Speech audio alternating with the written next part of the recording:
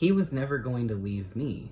So he actually elevated all of his abuse tactics in order to get me to leave him.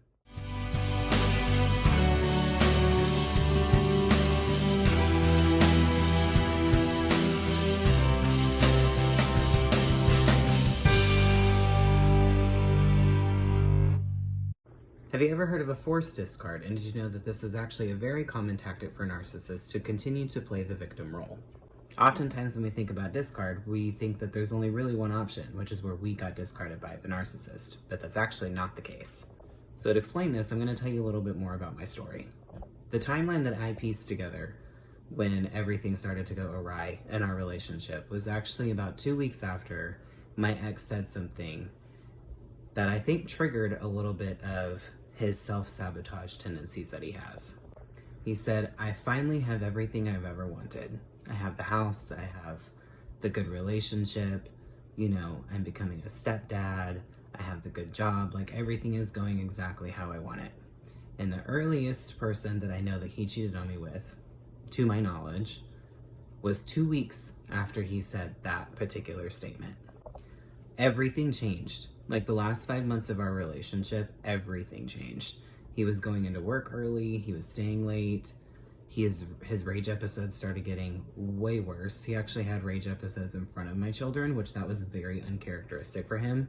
I would say that when my kids were at my house, that was when he was always at his best. Like he was good with the kids, he was nicer to me, and then as soon as the kids would go back to their mom's house, that's when everything would just kind of fall apart. I don't have proof of it, but I have very high suspicions that he was using behind my back again. The only proof that I have is the night I kicked him out, he was looking for it. So if he was looking for it, he was probably already doing it. And everything just, I don't even know how to describe it. It was just like this 180 turn.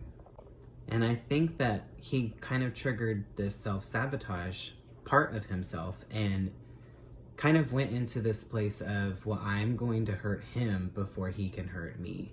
And his MO with every past relationship, whether it's romantic or not, like platonic, family relationships, like his MO is that he is the victim. Like just everybody in his life has just been so toxic, all of his exes were toxic and this and that.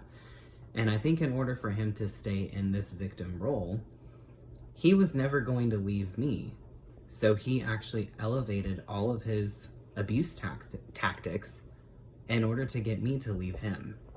And that's honestly exactly what happened. And what was the first thing that he started telling people? That I abandoned him. Now, don't get me wrong, even if a narcissist discards you, they're gonna find some sort of way to blame it on you to everybody else. That's like what a smear campaign and demonizing is. But for him, it's much more easy to make that story seem plausible if I'm the one that kicked him to the curb, because I literally did. I was like, you know what? Get out of my house. And I didn't really care where he went or what he did. I just wanted him out. Well, it's very easy to make yourself look like a victim in that situation. So forced discard, it's a very, very manipulative tactic. And in a way, it can kind of get dangerous because, again, they elevate their abuse tactics in order to get you to the point where you're just tired of them and you're just done. It also leaves you in this place of like complete lack of closure, and the breakup usually tends to be very traumatic.